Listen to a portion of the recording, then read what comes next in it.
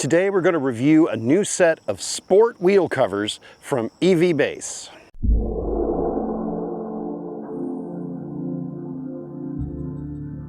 We purchased this Tesla Model 3 from Hertz about 6 months ago, and since it was a retired rental car, it had curb rash on all of the rims, and so wheel covers were a high priority to me. Now, I've already reviewed these Uber turbine wheel covers that I have on the car. I've been using these for about 6 months, and today we're going to look at a new set that EVBase sent me. These are the Sport wheel covers with Aero caps, and if you're interested in picking up a set of these, you can go to the link down in the description, enter the promo code SPINNER, and receive 20% off of your purchase. I really like the way these things look, and the first thing I want to do is get into the setup and how to get them ready to go onto your car. In the box, there are 4 of these wheel covers. There is also a package of these, which are 4 wheel caps like this. And with their current promo, you will also get a package that is going to be these. In this package are 4 of these with the Tesla logo. So you get to choose whether you'd like to have the flat black plastic or whether you'd rather have that red Tesla logo included on your wheel covers. There's 4, obviously 1 for each wheel. Also, there is this roll of protective foam, and that's what we're going to be doing as far as setup. We're going to be putting this and the wheel caps, center caps on. I'm going to go ahead and rotate this, take the bubble wrap off, take the foam off, and show you what the wheel cover looks like. And we'll deal with that here in just a moment. So what we're going to do now is get into the setup with the foam.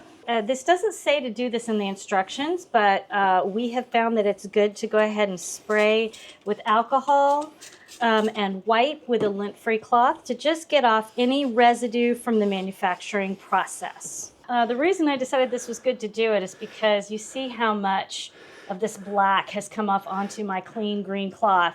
This was a clean cloth before I started this process. So it seems to me there really is some residue on that wheel cover, and it was good to clean it off. So now we're going to add this adhesive foam pad to right around to the edge of the wheel cover, right up against the rim, so that it can just avoid damaging the wheel itself when it's attached. And Rachel discovered when on the last set of these that it's good to not rush. Yes. I like to do it in very short sections, like maybe 2 inches at a time. Let it slightly overlap the edge and then just tuck it right there up against the edge there.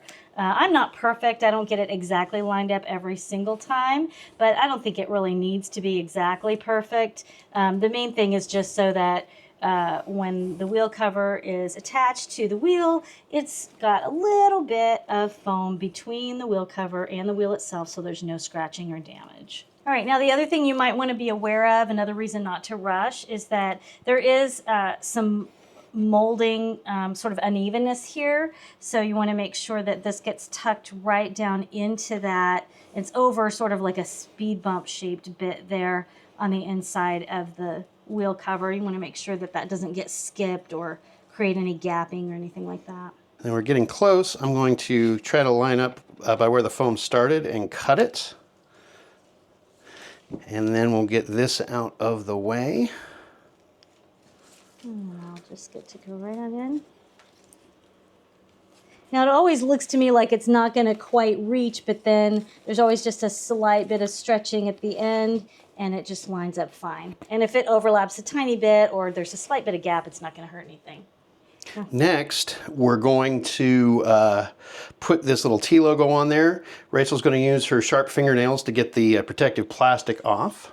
My super thin fingernails.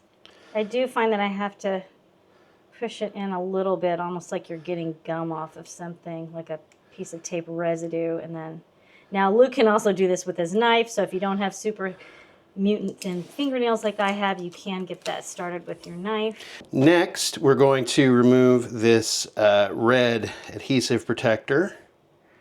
just a little piece of vinyl that's over the actual adhesive, which is that gray bit there. Then we take the backing off of the center cap. We're going to find the hole for the tire valve and make the tip of the T point toward it.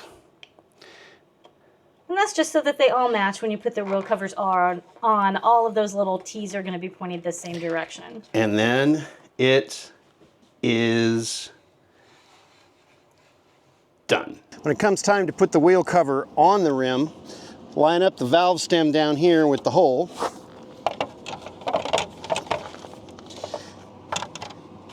And then just push it on.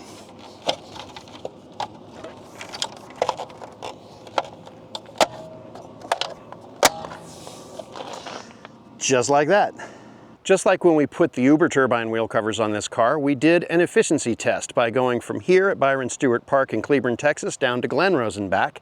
It's a 38-mile round trip with no stoplights in between. We turn around before we get to the first stoplight. Based on your comments, this time I set my cruise control at 70 miles per hour and tried to maintain that as best as I could. This is not a super scientific test because there are certain variables I can't control. I couldn't control traffic. Sometimes I had to go slower than 70 based on what the traffic would allow, and I can't control the temperature. There was a little bit of a variance. First, without any wheel covers at all, with just the stock rims on the car, it was 95 degrees. We averaged 252 watt hours per mile, which works out to 3.968 miles per kilowatt hour, which would be about 238.09 miles of range. Then with the stock Aero wheel covers that came with the car, it was a little warmer. It was 97 degrees. We averaged 247 watt hours per mile, which would be 4.049 miles per kilowatt hour, or 242.9 miles of range. Then with these new sport wheel covers, it was 98 degrees. So it was the warmest temperature and it was the least traffic. So maintained the speed. I wasn't dropping down to 65 or 60 based on the vehicles in front of me. Even with that, we averaged 246 watt hours per mile, just a little bit better than the stock Aero wheel covers. That's 4.065 miles per kilowatt hour and a negligible gain of 1 mile of range of 243.9 total in range. That was without much traffic and slightly warmer, but it's negligible. So it's not going to hurt your range, and it might actually help your range a little bit based on the test that I just did. Your mileage may vary, your temperature may vary. My point is, it's very, very close. So that's my review of these new sport wheel covers from EVBase. I really like the way that these things look. I'm going to keep them on there for a while. If you would like to pick up a set of these for yourself, the link is down in the description. And if you enter the promo code SPINNER, you'll receive 20% off your purchase or anything else that you find on the EVBase website. Stay tuned. More adventures and travels are coming up on the channel. Please subscribe for more content, and thank you very much for watching.